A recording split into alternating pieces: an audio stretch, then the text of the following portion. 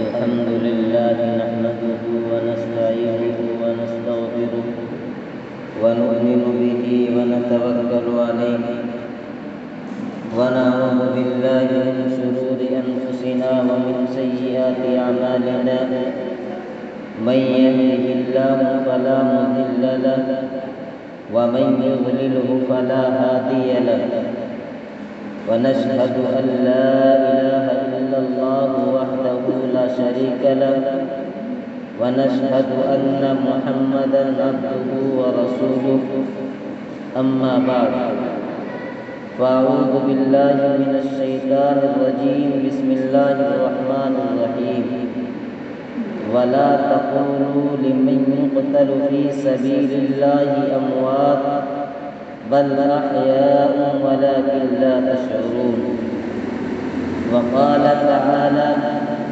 إن عدة الشهور عند الله 12 شهرا صدق الله مولانا العلي العظيم.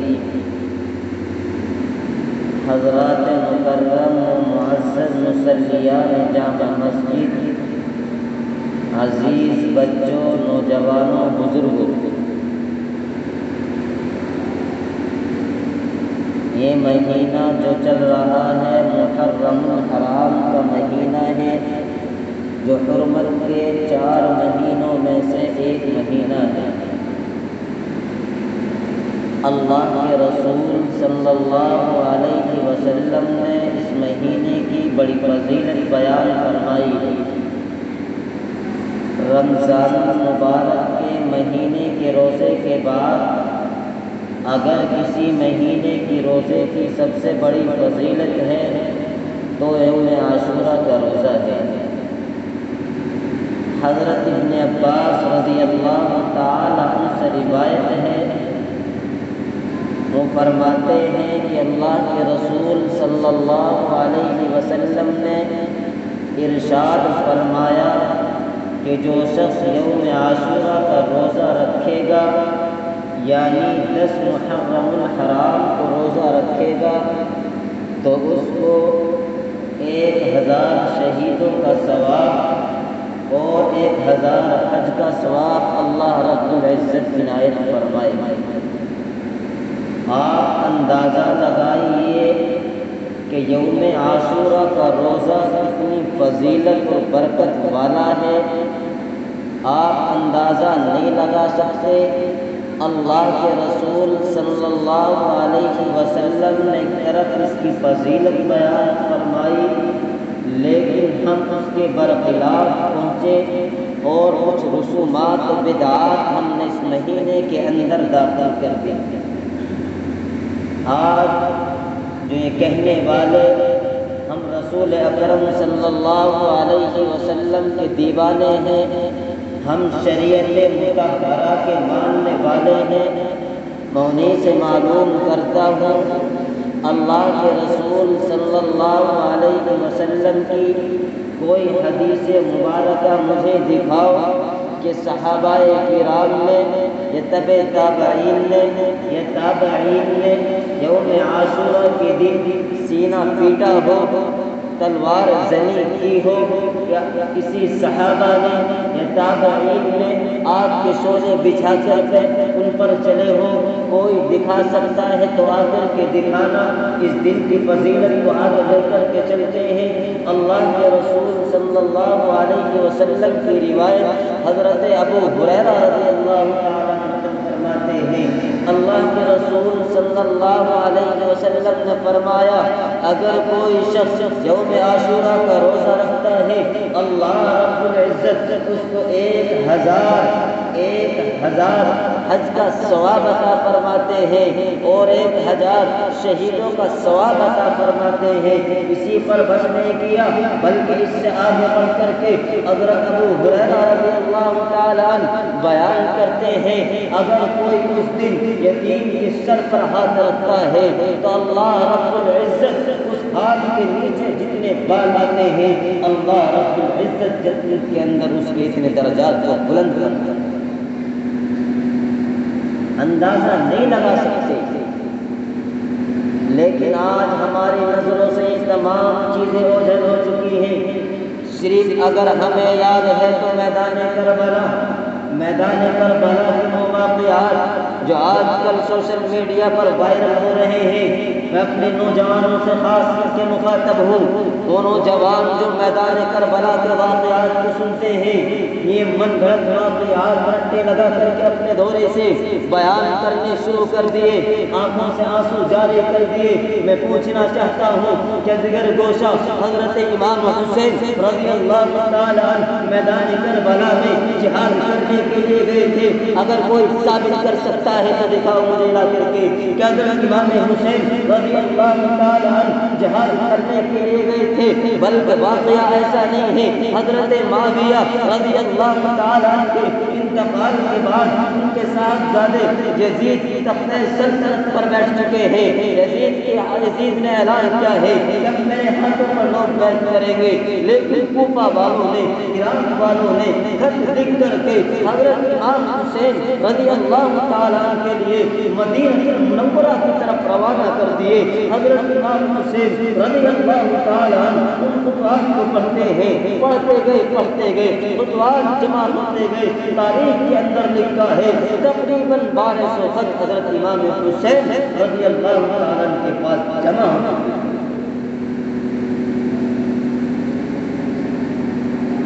کوفہ والوں نے جب زیادہ اصرار کیا تو حضرت امام حسین رضی اللہ تعالیٰ عنہ نے وہاں جانے کا ارادہ کر لیا، لیکن حضرت عبداللہ بن زبیر، حضرت عبداللہ بن عباس، حضرت عبداللہ بن عمر رضی اللہ تعالیٰ عنہما نے منع کیا کہ آپ ایسا نہ کریں، وہ لوگ غدار ہیں، وہ لوگ دھوکے باز ہیں۔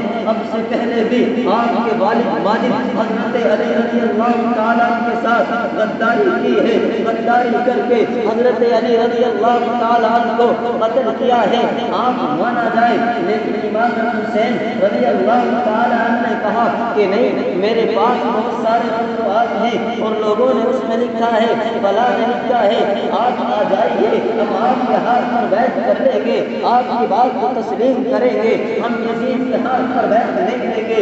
چنانچہ امام حسین رضی اللہ تعالیٰ عنہ نے اس وقت ان صحابی کی بات نہیں مانی کہ ہم جائیں گے، لیکن یہ بات کہی کہ چلو میں نہیں جاتا، میں رک جاتا ہوں۔ لیکن اپنے چچا زاد بھائی مسلم بن عقیل رضی اللہ تعالیٰ عنہ کو کوفہ کے لیے روانہ کر دیا کہ جاؤ وہاں کے حالات معلوم ہو۔ چنانچہ مسلم بن عقیل رضی اللہ تعالیٰ عنہ کوفہ کے اندر پہنچے ہیں، فجر کی نماز پڑھائی ہے۔ فجر کی نماز کے اندر 1000 آدمی پیچھے موجود ہیں، چنانچہ بھی حالات کا جائزہ لے رہے ہیں۔ ظہر کی نماز پڑھائی ہے تو پیچھے صرف 5000 آدمی موجود ہیں، عصر کی نماز پڑھائی ہے تو آدمیوں کی تعداد 12 رہ گئی۔ اب جب کوئی خبر نہ ملی تو حضرت امام حسین رضی اللہ تعالیٰ عنہ 70 آدمیوں کو لے کر کے اپنے ساتھ روانہ ہو چکے ہیں، بیوی بچے ساتھ ہیں۔ آپ مجھے بتائیے، اگر کوئی میدان جہاد کے لیے جائے گا کہ اپنے بال بچوں کو ساتھ لے کر کے جائے گا؟ اگر ہمارے بارڈر پر کھڑے ہوئے نوجوان اور کسی ملک سے جنگ شروع ہو جائے کہ اپنے بچوں کو ساتھ لے کر کے جائے گا، اور یہ کہنے والے میدان کربلا کے اندر حضور اکرم صلی اللہ علیہ وسلم کی بیٹیوں کے ساتھ بے حرمتی کی گئی، ان کے سر سے آنچل کو چھین لیا گیا۔ ارے ظالموں، تم لگاتے ہو، کیوں الزام لگاتے ہو میرے آقا کی اولاد پر، میرے آقا کے نوازوں کی صاحبزادوں پر اور صاحبزادیوں پر؟ میں پوچھنا چاہتا ہوں، کیا وہ اللہ جس نے میدان بدر کے اندر، جس نے میدان احد کے اندر، جس نے غزوہ تبوک کے اندر، جس نے غزوہ خندق کے اندر میرے آقا کو بدنام نہ ہونے دیا، اللہ نے آسمان سے فرشتے اتار دیے کربلا کے میدان کے اندر وہ اپنی محبت کرنے والے، اپنے ماں سے محبت کرنے والے، اپنے محبوب کی بیٹیوں کی عظمت لٹتا ہوا دیکھ سکتے بیان کرتے ہیں، آنکھ سے آنسو جاری، من گڑت واقعات لائے ہیں۔ تہمت لگانے سے پہلے ایک بار ذرا غور تو کر لیتے، میرے آقا کے فرمان کو دیکھ تو لیتے، میرے آقا کی حدیث کیا کہہ رہی ہے اور ہم اپنی زبان سے کیا کہہ رہے ہیں۔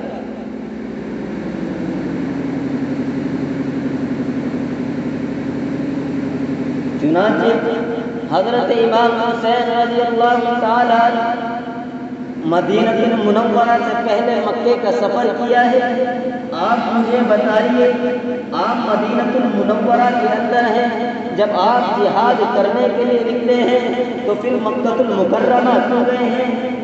یا کوئی بات عمل کے اندر آتی ہے، اگر آپ جہاد کرنے کے لیے جاتے تو آپ سیدھا مدینہ المنورہ سے کوفہ کا سفر کرتے، آپ مکہ المکرمہ نہ آتے، آپ مدینے سے چل کر پہلے مکہ المکرمہ آئے ہیں، اس کے بعد کوفہ کا سفر کیا ہے، اور جہاد کی غرض سے نہیں کیا، بلکہ آپ کو راستے کے اندر ہی یہ خبر پہنچ چکی ہے کہ آپ کے چچا زاد بھائی مسلم بن عقیل رضی اللہ تعالیٰ عنہ کو بھی ان ظالموں نے قتل کر دیا ہے۔ جب یہ خبر پہنچی تو امام حسین رضی اللہ تعالیٰ عنہ کہنے لگے کہ چلو واپس چلتے ہیں، مجھے ان سے غداری کی بو آتی ہے، مجھے ان سے غداری کی بو آتی ہے، مجھے ان سے دھوکے کی بو آتی ہے۔ لیکن جو ساتھ میں تھے وہ کہنے لگے چل کر کے دیکھتے ہیں، بات ہی تو کرنی ہے، ہمیں لڑائی نہیں کرنی ہے۔ چنانچہ حضرت امام حسین رضی اللہ تعالیٰ عنہ کوفہ کے اندر پہنچے ہیں۔ اب وہ جنگ کے لیے نہیں گئے ہیں، جہاد کے لیے نہیں گئے ہیں، حضرت امام حسین رضی اللہ تعالیٰ عنہ یزید سے بات کرنے کے لیے گئے۔ یزید کی معلوم بھی نہیں ہے کہ امام حسین رضی اللہ تعالیٰ عنہ کوفہ کے اندر آ جاتا ہے۔ یزید کا قاتلوں میں شمار اس وقت ہوا ہے جب امام حسین رضی اللہ تعالیٰ عنہ کو قتل کر دیا گیا، اور یزید نے ان قاتلوں سے بدلہ نہیں لیا۔ کہ حضرت امام حسین رضی اللہ تعالیٰ عنہ کا قاتل یزید ہے، کہیں تاریخ میں یہ نہیں ملے گا۔ حضرت امام حسین رضی اللہ تعالیٰ عنہ نے کوفے کے اندر پہنچنے کے بعد یزید سے بات کرنی چاہیے، لیکن وہی کوفہ والوں نے عیاری و مکاری دکھائی، حضرت امام حسین رضی اللہ تعالیٰ عنہ کو یزید تک پہنچنے نہ دیا۔ اس کے بعد امام حسین رضی اللہ تعالیٰ عنہ کی بات یزید تک پہنچنے نہ دی، بلکہ دھوکے سے عیاری و مکاری کے ساتھ مظلومانہ طریقے سے امام حسین رضی اللہ تعالیٰ عنہ کو قتل کر دیا۔ اب کیا یزید حضرت امام حسین کا قاتل قتل کرنے سے پہلے بن گیا؟ نہیں، بلکہ یزید کا قاتلوں میں شمار اس وقت ہوا جب ان کے مجرموں کو قتل نہیں کیا گیا، ان کے مجرموں کو سزا نہیں دی گئی، ان سے قتل و قتال نہیں کیا گیا۔ ہم بھی مانتے ہیں کہ یزید قاتلوں میں شمار کیا جائے گا، اس کو فاسق و فاجر میں شمار کیا جائے گا، اس نے بڑا ظلم کیا ہے، بڑا تشدد کیا ہے، لیکن آج ہمارے اندر جو رسومات ہو چکی ہیں، جو بدعات ہمارے اندر داخل ہو چکی ہیں، کسی کے گھر کے اندر کھچڑی بنائی جا رہی ہے، کسی کے اندر کچھ دعوتیں کی جا رہی ہے، کسی روایت کے اندر نہیں ملتا۔ ہاں روایت کے اندر یہ تو آتا ہے کہ جو فرد مومن اپنے اہل و عیال کے لیے یوم عاشورہ کے دن دسترخوان کو وسیع کرتا ہے، اپنے بچوں کے لیے، اپنے اہل و عیال کے لیے اپنے دسترخوان کو وسیع کرتا ہے، تو اللہ رب العزت پورے سال اس کے رزق میں برکت عطا کرتا ہے۔ کیا محرم الحرام غم کا مہینہ ہے؟ اگر میں سوال کروں تو مجھے بتاؤ، یہ تو اشہر حرم کا مہینہ ہے، یہ غم کا مہینہ نہیں ہے۔ حضرت امام حسین رضی اللہ تعالیٰ شہید ہو گئے۔ قرآن کیا کہتا ہے؟ چلو قرآن سے معلوم کرتے ہیں۔ وَلَا تَقُولُوا لِمَنْ يُقْتَلُ فِي سَبِيلِ اللَّهِ أَمْوَاتٌ بَلْ أَحْيَاءٌ وَلَٰكِنْ لَا تَشْعُرُونَ۔ اللہ قرآن میں فرماتا ہے کہ شہید کو مردہ نہ کہو، شہید کو مردہ نہ کہو۔ جب اللہ نے قرآن میں فرما دیا شہید زندہ ہوتا ہے تو پھر ماتم کس چیز کا ہے؟ ماتم کس چیز کا ہے؟ غم کس چیز کا ہے؟ آؤ میرے محبوب کی حدیث دیکھتے ہیں۔ میرے آقا نے لعنت فرمائی ہے اس عورت پر جو میت کے سامنے